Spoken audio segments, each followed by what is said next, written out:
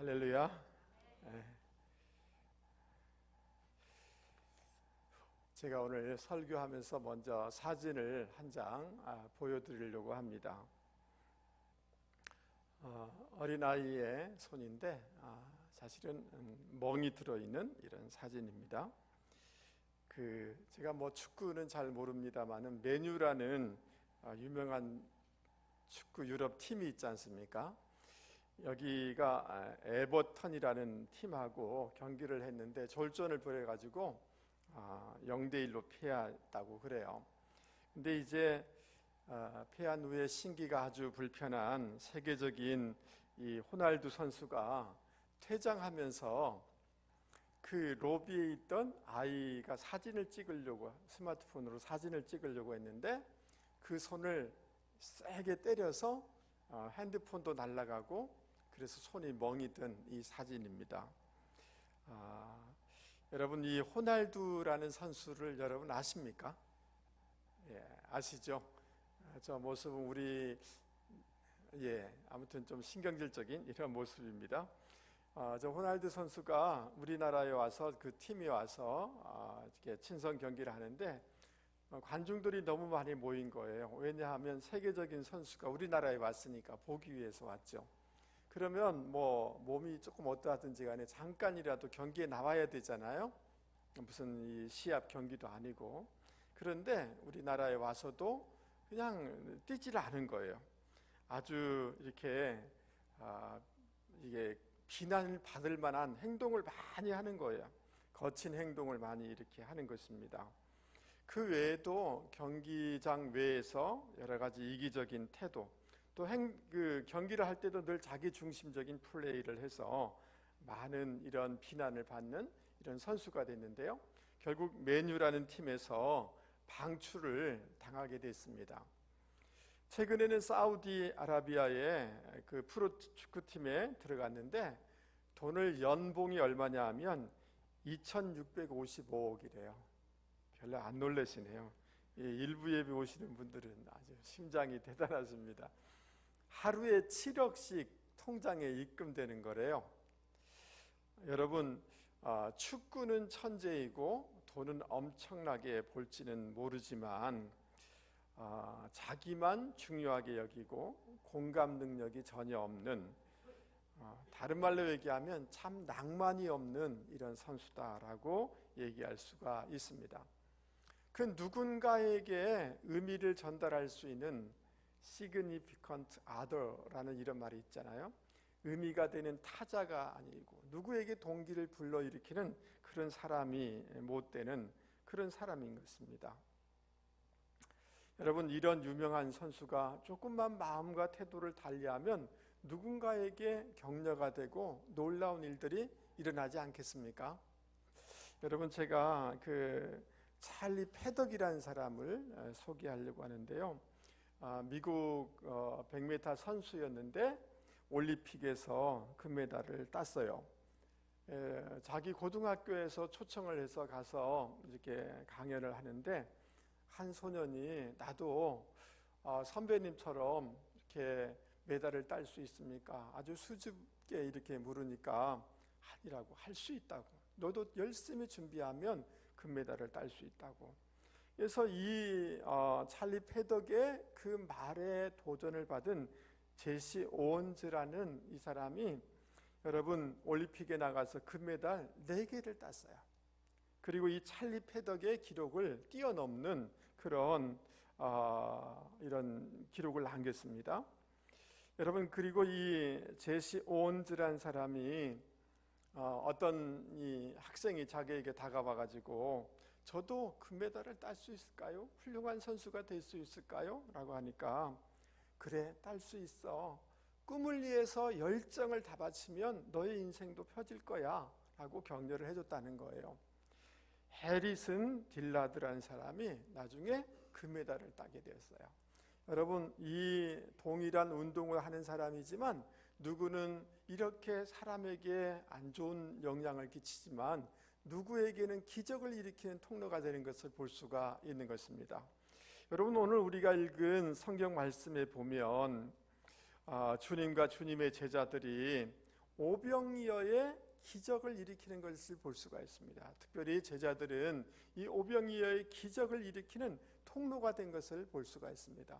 오늘 이 말씀을 통해서 하나님이 이 시대 가운데 또 오늘 저와 여러분 가운데 너가 인생을 살아갈 터인데 또 한 해를 보낼 터인데 기적의 통로가 좀 되면 안 되겠냐라는 주님의 그 메시지, 주님의 음성이 저와 여러분 가운데 들려지기를 주님의 이름으로 축복합니다. 네, 우리 옆에 사람한테 얘기하겠습니다. 집사님, 기적의 통로가 되시기 바랍니다. 할렐루야. 예, 누군가 우리의 남편이, 우리의 아내가, 우리의 자녀가, 우리 주변 사람들이 나를 통하여, 나의 어떤 말을 통하여, 나의 마음 어떤 것을 통하여서 용기를 가지고 기적을 낳는 이런 역사가 있어지는 이런 놀라운 은혜가 있기를 주님의 이름으로 축복합니다. 그러면 우리가 어떻게 하면 기적의 통로가 될 수가 있을까요? 오늘 성경 말씀에 보면 많은 사역으로 인하여서 제자들이 지쳐 있는데 주님께서 이 제자들에게 한적한 곳에 가서 좀 쉬어라 라고 그 32절에 말씀해 주고 있습니다. 그런데 정치적으로나 경제적으로나 또 영적으로 굉장히 힘든 시기를 살아가는 백성들이 그 당시에 백성들이었습니다. 로마의 식민지고 정치인들은 자기의 이득만을 위해서 살아가고 수탈이 너무 심하고 종교 지도자들은 너무 형식적이고 율법주의적이니까 백성들이 마음 둘 곳이 없는 거예요. 근데 예수님의 놀라운 소식을 들으면서 예수님과 제자들이 어디로 갔다라고 하니까 직접 배를 타고 갈 수는 없어서 33절 말씀에 보면 먼 길을 돌아서 예수님과 제자가 있는 곳으로 달려오는 것입니다. 얼마나 이 열심으로 달렸는지 예수님이 도착할 때 맞춰가지고 제자들이 도착할 때 맞춰가지고 거기에 도착한 것을 볼 수가 있습니다. 너무너무 영적으로 많이 굶주려 있는 거죠. 자, 34절 말씀이 굉장히 중요한데 우리 같이 한번 읽어보도록 하겠습니다. 34절 앞에 나와 있으니까요. 예수께서 나오사 큰 무리를 보시고 그 목자 없는 양 같음으로 인하여 불쌍히 여기사 이에 여러 가지로 가르치시더라. 아멘. 할렐루야. 예수님은 이 무리를 보시면서 목자 없는 양 같아서 그들을 어떻게 여겼다고요? 불쌍히 여겼다. 이 불쌍히 여기다라는 스프랑크 니주마이라는 단어는 여러분 단장이 끊어지는 마음을 뜻하는 단어인 것입니다. 여러분 우리 주님은 이 백성들의 상태나 모든 것을 보면서 단장이 끊어지는 아픔을 가지신 것입니다. 영어 성경에 보면 컴패션이라고 이렇게 되어 있어요. 컴패션의 마음을 가지신 것입니다. 여러분 이 어려운 백성들의 처지를 보시면서 주님께서 도와주신 것은 뭘까요? 그들에게 1차적으로 처방하신 것은 다른 어떤 것이 아니라 하나님의 말씀을 가르쳐 주신 거예요. 여러분 정치적인 구조를 뭐 어떻게 바꾸고 경제적인 어떤 것들을 해결해 주고 사회적인 어떤 것들을 해결하는 것이 아니라 입을 것 먹을 것 이 해결하는 것이 아니라 하나님의 말씀을 먹을 때 근본적으로 그 삶이 그 내면이 그 가정이 그 변화된 그 사람을 통해서 사회가 변화되기 때문에 하나님의 말씀으로 이들을 도와주셨다라고 말씀하고 있습니다. 여러분 하나님의 말씀이 정말 살아있게 우리에게 들려지게 된다면 놀라운 은혜의 역사들이 우리 가운데 있게 되는 줄 믿습니다. 여러분 예수님께서는 저물 때까지 열정적으로 하나님의 말씀을 그들에게 가르쳤습니다. 근데 날이 그냥 어둑어둑해지기 시작하는 것입니다. 제자들이 예수님께 아니 예수님 저 무리들을 빨리 보내어서 자기들 음식을 챙겨 먹게 하십시오 라고 이렇게 말씀을 드리는 것입니다. 마가복음 6장을 31절을 참조해 보면 제자들이 굉장히 지쳐 있으니까 이 무리들을 빨리 보내서 자기들이 쉬고 싶은 이런 마음이 있었습니다. 그리고 여러분 36절 말씀을 다시 한번 보시기 바랍니다. 36절, 무리를 어떻게 해서 보내어서 두루 촌과 마을로 가서 무엇을 사 먹게 하옵소서, 이렇게 되어 있습니다. 근데 이 36절의 그 원어 헬라어 본문에는 스스로 사 먹게 하십시오, 사 먹게 그렇게 보내십시오 라고 제기대명사가 분명히 기록된 것을 볼 수가 있습니다. 그러니까 제자들은 빨리 저 사람들 보내야 우리가 쉴 수 있다라는 생각을 가지고 있는 것이고, 이 무리들은 자기 스스로 문제를 해결할 수 있는 객관적인 어떤 존재로 제자들은 인식하고 있었다라고 얘기할 수가 있습니다. 자, 이 말을 들은 예수님이 어떤 반응을 보이셨을까요? 37절 말씀 보세요. 대답하여 이르시되, 그 다음 뭐예요? 너희가 먹을 것을 주라, 이렇게 얘기해요. 여러분, 이 헬라어는 주라라는 단어가 이렇게 있으면 그 동사 안에 인칭이 다 들어가 있습니다. 그러니까 너희가 주라 이 얘기인데, 그런데 여기는 그렇게 돼 있잖아요.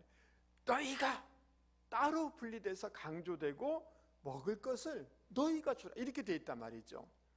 그러니까 아주 강조되면서 다른 사람이 아니라 바로 너희들이 사 먹게 해라 라고 이렇게 말씀하고 있는 것입니다.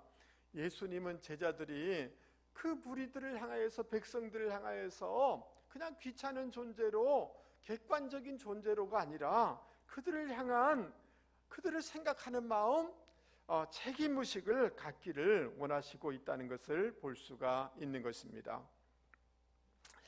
여러분, 그 자기들이 너무 힘들고 어렵기 때문에 수십 킬로를 막 다른박질하여서 어떻게 하든지 도움을 받고 싶어하는 이 무리를 보면서 주님께서는 민망히 여기셨어요. 컴패션의 마음을 가지셨어요. 연대의식을 가지셨어요. 동일시 여기셨어요. 이것이 주님의 마음인 거예요.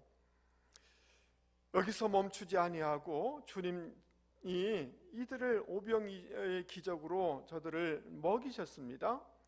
그런데 이런 이 백성을 생각하는 마음 때문에 주님께서 결국은 십자가상에서 돌아가신 것을 우리는 알 수가 있는 것입니다. 여러분, 기독교 교육학자 중에 파커 파머라는 분이 계십니다.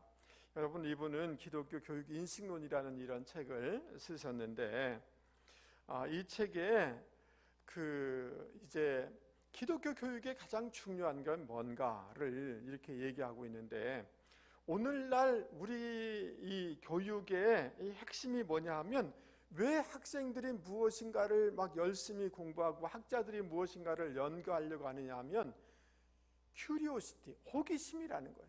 저 화성에는 뭐가 있을까? 생명체가 있을까 하는 호기심이라는 거예요. 호기심.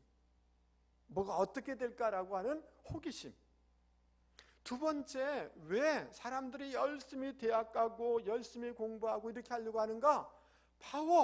파워를 가져서 다른 사람을 컨트롤하기 위해서라는 거예요.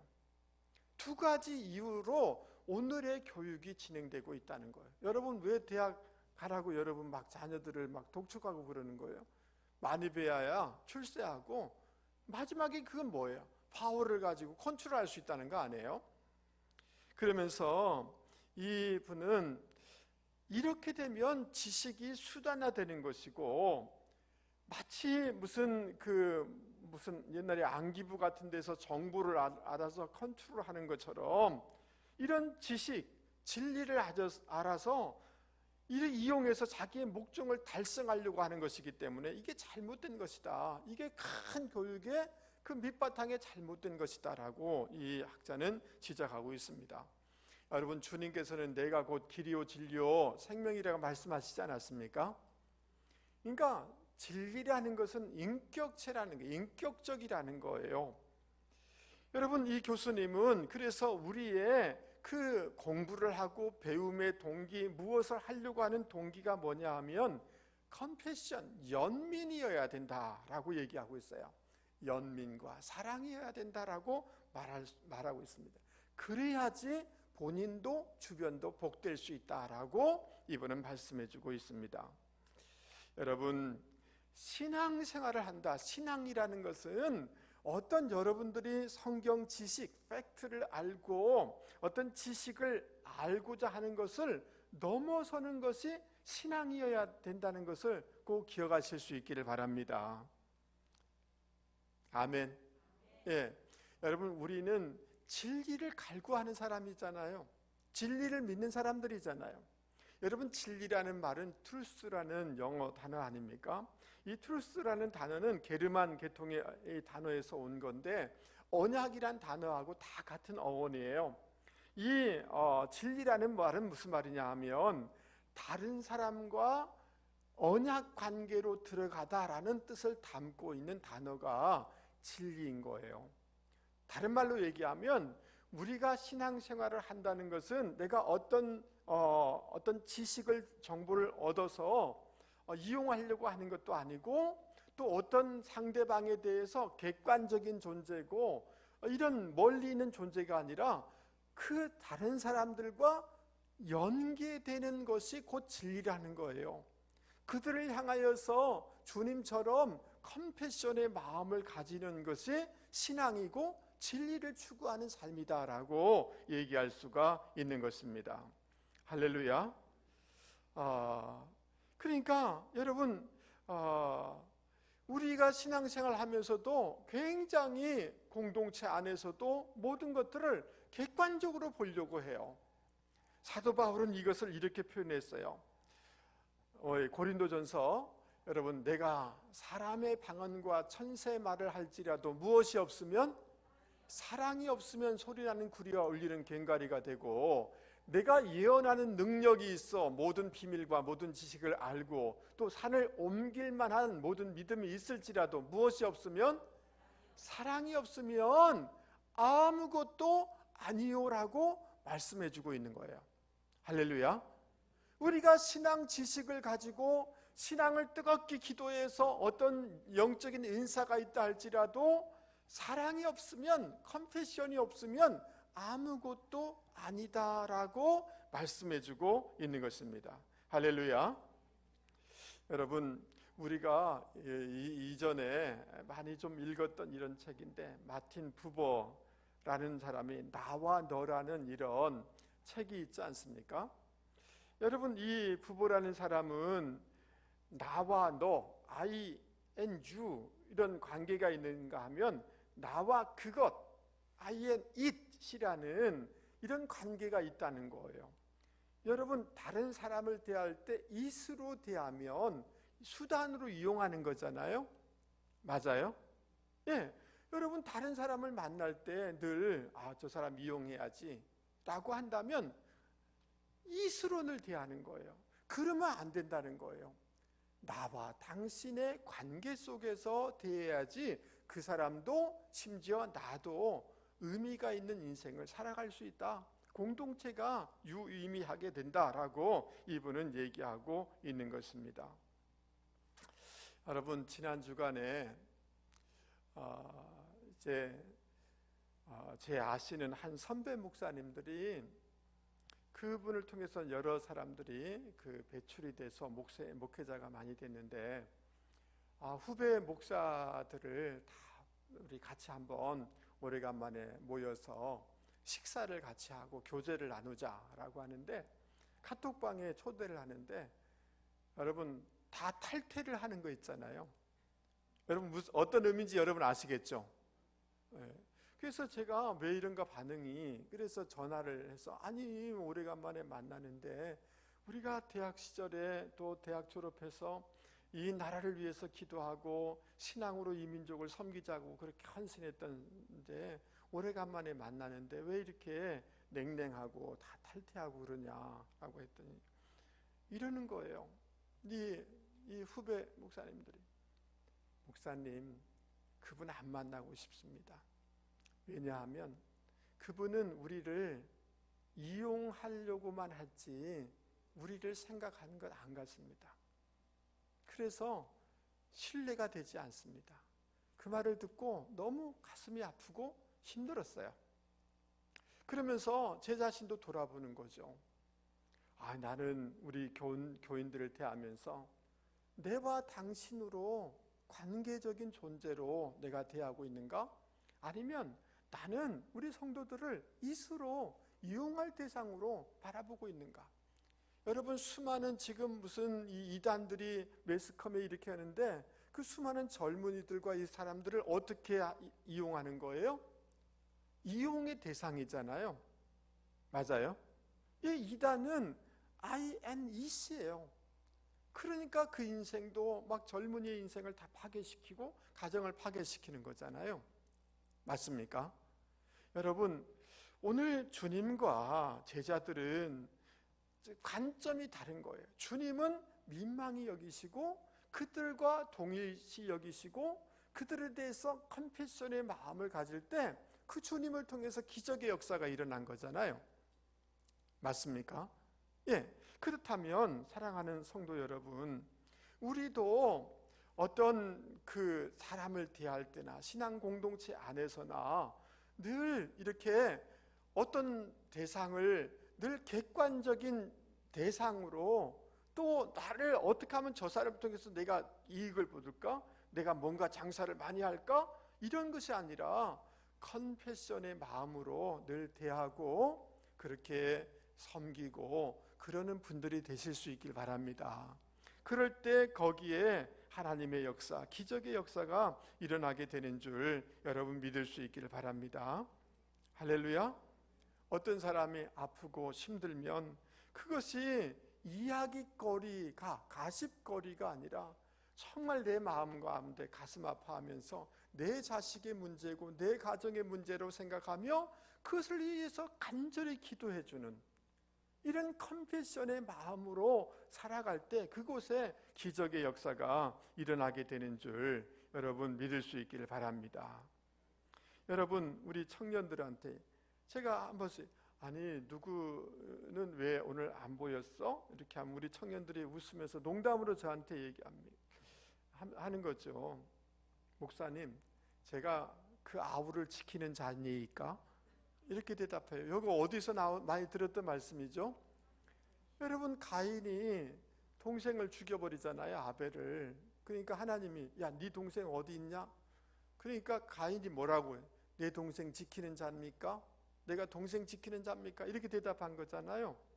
그러니까 이거는 늘 객관주의로 보는 거죠. 이스로 보는 거죠. 여러분, 여러분의 남편은 어디 있습니까? 여러분의 자녀는 지금 어디 있습니까? 여러분이 정말 사랑하는 그 사람들은 어디 있습니까? 그 사람을 통해서 여러분이 유익을 받고자만 생각하지는 않습니까?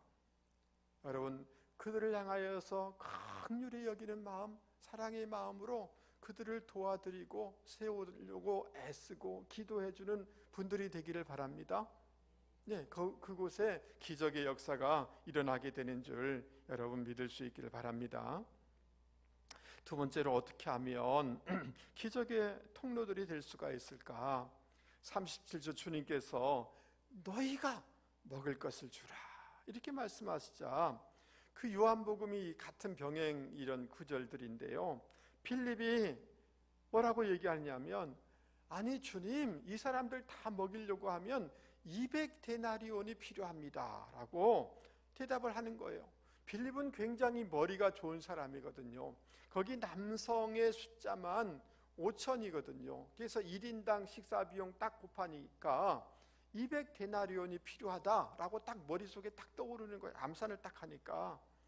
여러분, 그 한 데나리온은 노동자의 하루 품삯이거든요. 그러니까 200데나리온이라면 노동자가 200일을 벌어서 얻을 수 있는 돈이니까 노동자 1년 연봉과 같은 거잖아요. 굉장히 많은 돈이 필요하다라고 얘기하고 있는 거죠. 그러니까 이 빌립의 사고방식은 굉장히 상업적이에요. 계산적이에요. 이것을 좀 더 우리가 확대해서 얘기한다면 굉장히 영리주의적인 사고를 가진 것을 볼 수가 있습니다. 예수님 좀 이성적으로 생각해 보세요. 이거 안 됩니다. 굉장히 부정적인 사고잖아요. 안 됩니다. 이렇게 굉장히 계산적이고 영리적이고 부정적인 사고방식으로는 기적을 만들어낼 수가 없는 거죠. 여러분, 이 본문에 등장하는 또 한 사람이 있는데 요한복음 6장에 보면 안드레가 나옵니다. 요한복음 6장 9절에 이렇게 되어 있습니다. 우리 같이 한번 읽어볼까요? 시작. 여기 한 소년이 보리빵 5개와 물고기 2마리를 가지고 있습니다. 그러나 이렇게 많은 사람들에게 그게 얼마나 소용이 있겠습니까? 그게 얼마나 소용이 될까요? 이렇게 하면 이 안드레의 말조차도 사실은 약간 부정적인 뉘앙스처럼 느껴지잖아요. 그렇지 않습니까? 그런데 안드레의 삶 전체를 우리가 좀 살펴볼 필요가 있어요. 여러분, 안드레는 요한과 함께 맨 처음 예수님의 제자가 된 사람이에요. 맨 처음 제자예요. 맨 처음 제자.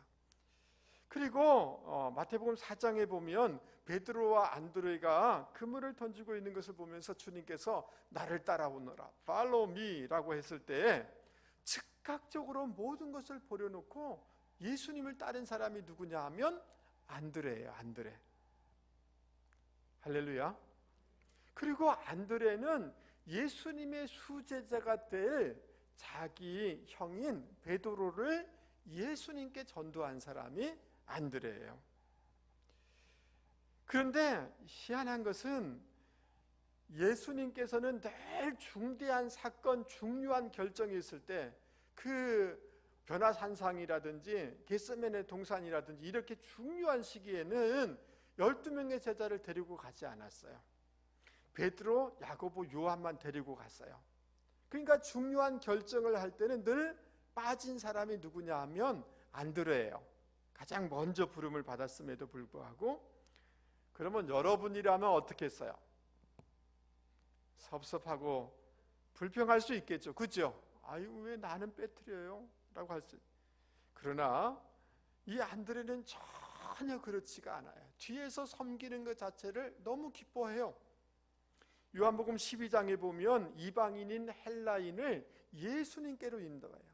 세계 복음화의 길을 가장 먼저 연 사람이 이 안드레예요.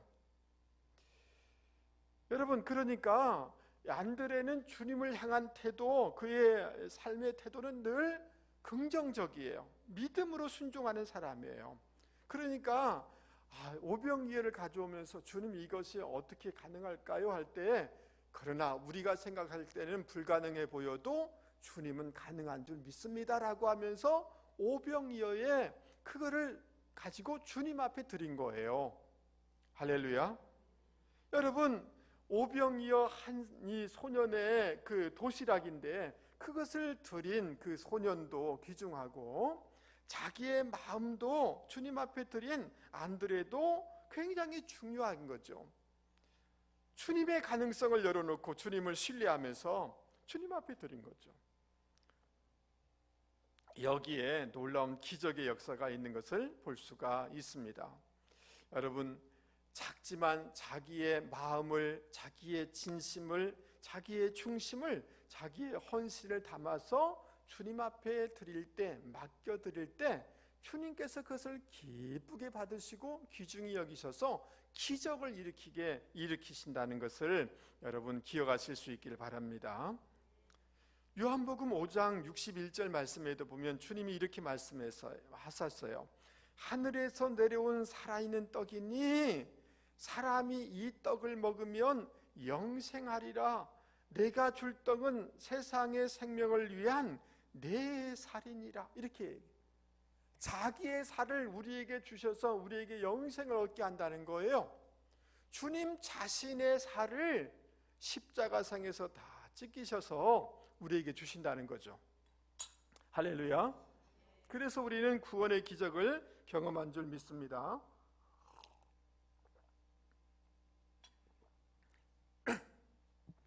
여러분, 1970년대 미국 네바다주 사막 한복판에 한 젊은이가 트럭을 몰고 가고 있었어요. 늙은 허름한 차림에 한 노인이 걸어가고 있는 것을 보고 이 젊은이가 차를 급히 세웠습니다. 어디까지 가십니까? 제가 태워드리겠습니다 라고 하는 거예요. 그러니까 이 늙은 노인이 참 감사합니다. 젊은이, 제가 라스베이거스까지 가는데 좀 태워주실 수 있습니까? 아, 그렇죠. 제가 태워드리겠습니다 라고 하고 그 노인을 태워서 라스베이거스까지 모셔다 드린 거예요. 거기에 딱 도착하자마자 이 노인이 너무 이렇게 가슴 아픈 거예요.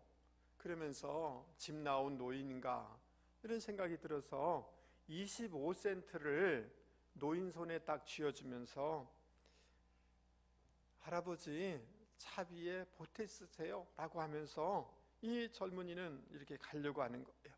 그러니까 이 노인이 참 친절한 청년이구먼, 나한테 명함 하나 좀 주면 안 돼? 라고 하는 거예요. 그냥 무심결에 그 차 안에 있는 자기 명함을 이렇게 준 거예요. 그때 이제 그 명함을 딱 보더니만 멜빈 다마 고맙네, 이 센세는 내가 꼭 갖겠네 라고 이렇게 대답을 했다는 거예요. 세월이 많이 흘러가지고 뭐 까마득히 이 일을 잊었는데 믿기 어려운 일이 일어났습니다. 신문에 무슨 기사가 났느냐 하면 세계적인 부호 하워드 휴즈 사망, 이 사람에 대한 영화가 최근에 우리 공연된 적도 있습니다만은 하워드 휴즈라는 사람 아주 유명한 사람이에요. 영화사, 항공사, 뭐 방송국, 호텔, 뭐 50개의 기업을 가지고 있는 그런 경제계의 거물이거든요. 근데 놀라운 것은 이 하워드 휴즈라는 사람이 어느 한 사람에게 증여한다는 내용이 있어요. 자기 재산의 16분의 1을 이 사람에게 증여한다라고 유언장이 공개가 된 거예요. 사람들이 놀래잖아요. 자기 가족도 아니고 누구에게 자기 재산의 16분의 1을 준다. 근데 그 유언장에 딱 열어보니까 그 이름이 뭐냐 하면 멜빈 다마에게 자기 재산의 16분의 1을 주라는 거예요. 여러분, 이 가족들이 아니 멜빈 다마라는 사람이 누군지 우리가 어떻게 아냐고 답답해하는데 그 유언장 뒷면을 보니까 이렇게 써놨어요. 멜빈 다마의 그 전화번호 있잖아요. 명함을 받았으니까. 그리고 주소를 써놓고, 그리고 그 밑에다가 이렇게 써놨어요. 자신이 일생 살아오면서 가장 친절한 사람, 이렇게 써놓은 거예요. 여러분, 당시 하워드 휴즈의 유산은 250억 달러였는데요 250억 달러의 16분의 1은 1억 5천만 달러예요. 여러분, 우리 돈으로 환산을 해보니까 2천억 정도 낸 거예요. 10시 일부 예배는 간이 커요.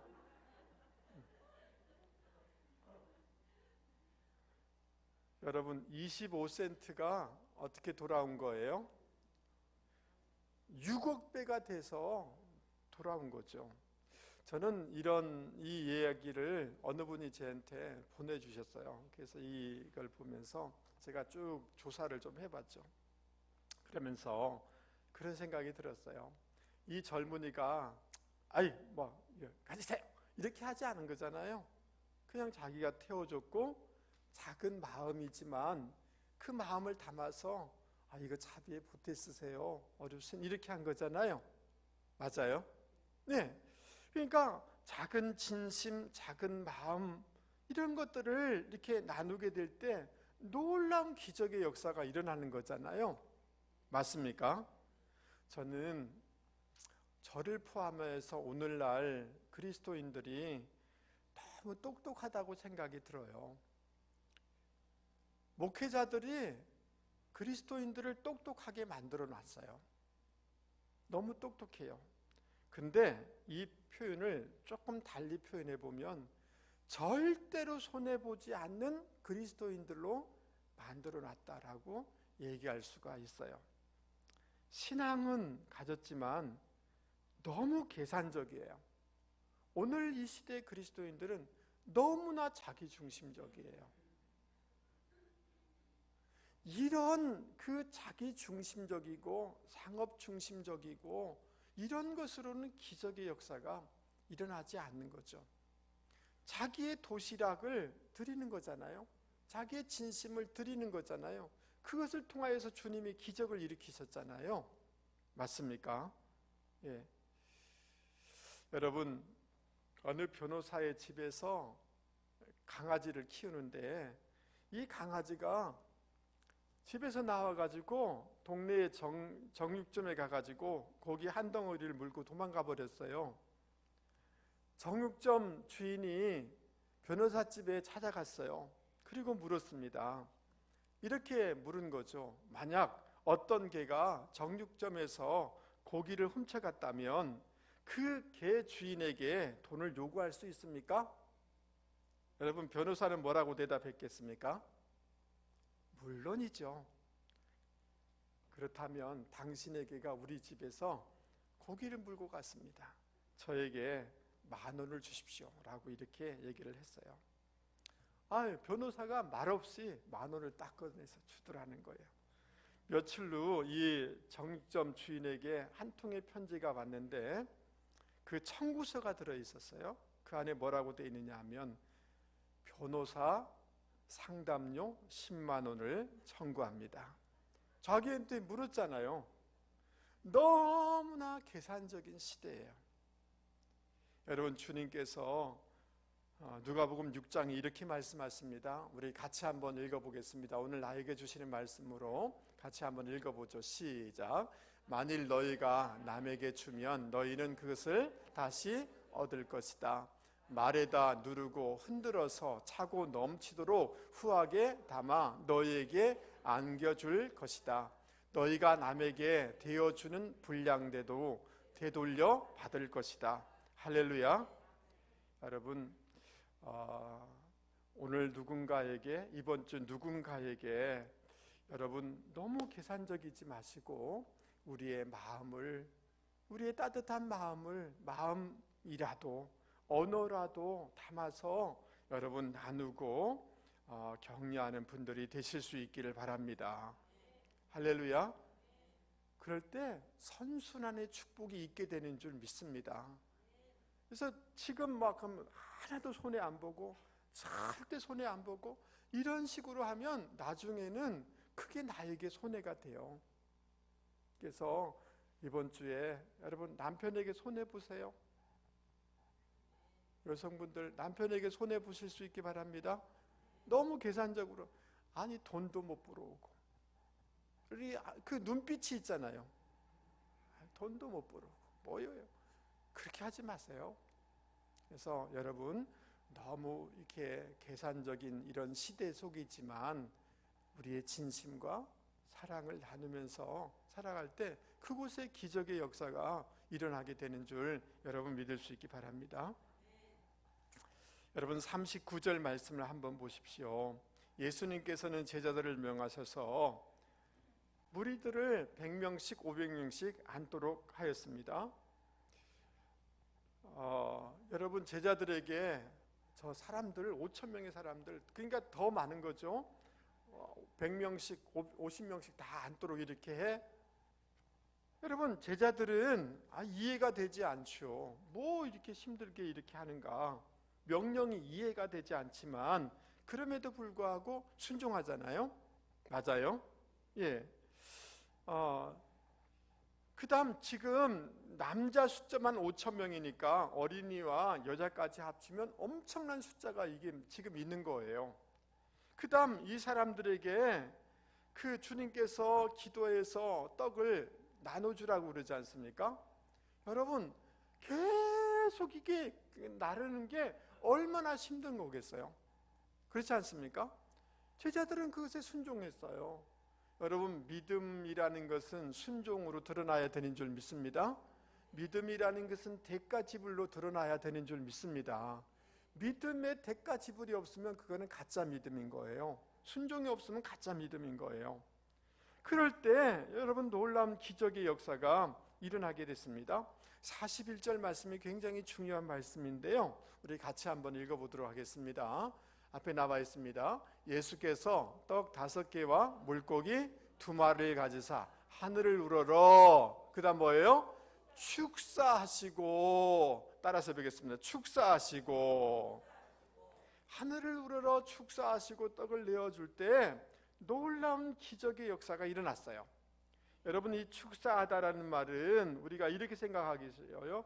하나님, 이 떡이 엄청난 떡이 되어주세요 라고 이렇게 기도한 것으로 착각하기 쉬운데 그런 것이 아닙니다. 이 축사하다라는 단어는 뭐냐 하면 찬송했다는 단어이고 감사했다는 단어예요. 떡을 5병기를 가지고 하나님 감사합니다 라고 찬미한 거예요.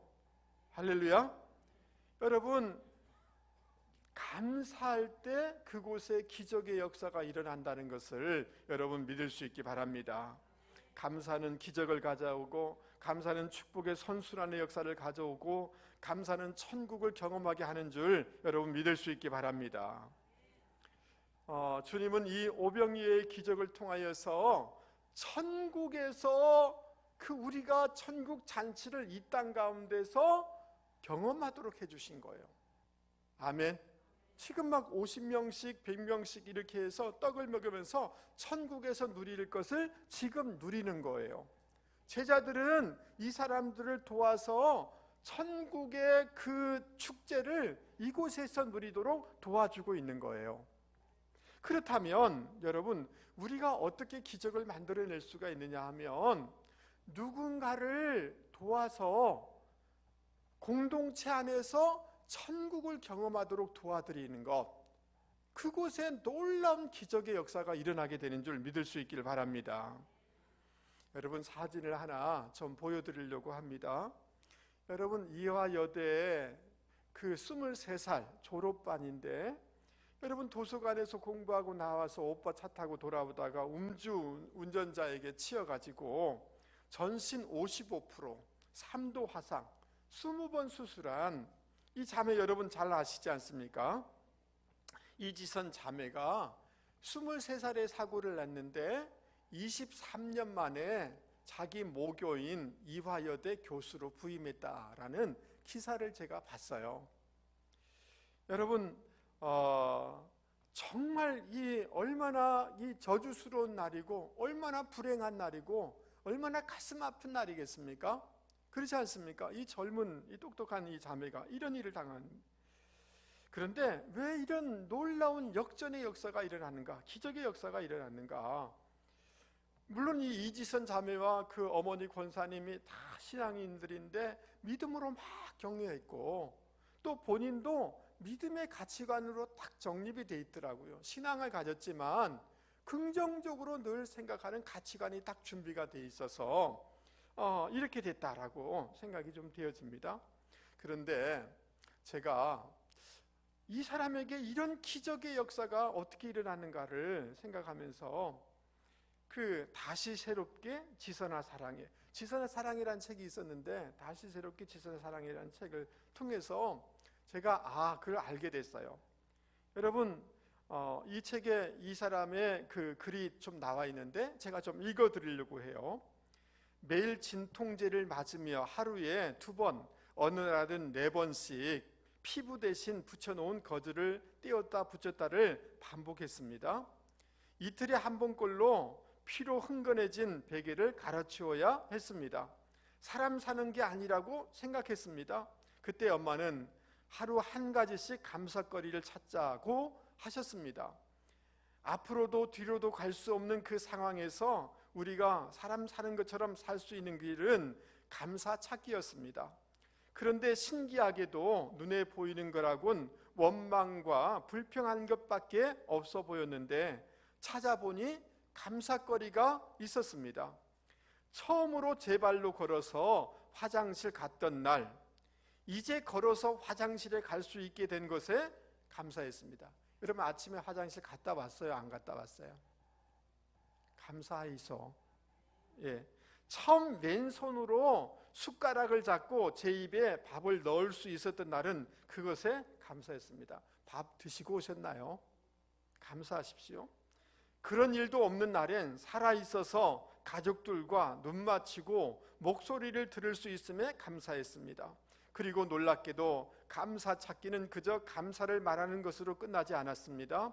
처음에는 입술로 시작한 감사가 내 귀를 통해 다시 나의 마음으로 들어와 그 감사는 점점 진심 어린 고백이 되었고, 오늘 감사거리를 찾게 하신 분께 분명히 내일도 또 다른 감사거리를 주시리라는 믿음이 생기기 시작했습니다. 감사는 그동안 진통제가 결코 줄 수 없었던 마음의 평화를 주었습니다. 감사는 미미하지만 어제보다 좋아진 오늘을 발견할 눈을 뜨게 해주었고, 또 오늘보다 좋아질 내일을 소망할 힘을 주었습니다. 성도 여러분, 감사가 기적을 낳게 되는 줄 믿습니다. 믿음의 대가를 지불할 때 기적의 역사가 있게 되는 줄 믿습니다. 누군가를 도와서 공동체 안에서 천국을 경험하게 해주려고 애쓸 때 거기에 놀라운 기적의 역사가 일어나게 되는 줄 믿을 수 있기 바랍니다. 여러분, 제가 대학 다닐 때 참 좋았던, 많이 불렀던 노래가 있는데, 주여 나를 평화의 도구로 써주소서, 미움이 있는 곳에 사랑을, 주여 나를 평화의 도구로 써주셔서.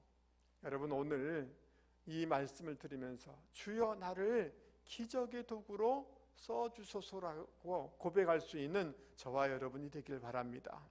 여러분 때문에 여러분의 가정에 하나님의 기적의 역사가 있기를 축복합니다. 여러분 때문에 여러분의 기업과 여러분의 사업체 가운데 기적의 역사가 일어나는 이런 은혜가 있기를 축복합니다. 할렐루야. 오늘 말씀처럼 우리 마음 가운데 좀 컨페션의 마음들을 늘 가질 수 있기 바랍니다. 너무 이게 상업주의에 물들지 마시고, 여러분, 우리가 누군가를 작은 사람들에게 삶을 작은 거라고도 나누려고 할 때 기적의 역사가 일어나게 되는 줄 믿습니다. 오늘 제가 설교를 죽 썼을지 몰라요. 그러나 오늘 예배 자리에 내 몸으로 걸어오게 된 것에 감사합니다. 우리 가정 주신 것 감사합니다. 아이들 그래도 건강하게 있는 것 감사합니다. 오늘 계속 감사해 보세요. 이번 주간에 감사하면 기적의 선순환의 축복이 일어나게 될 줄 믿습니다. 이런 날들이 되기를 주님의 이름으로 권면을 드립니다. 우리 찬송가 317장 같이 부르겠습니다.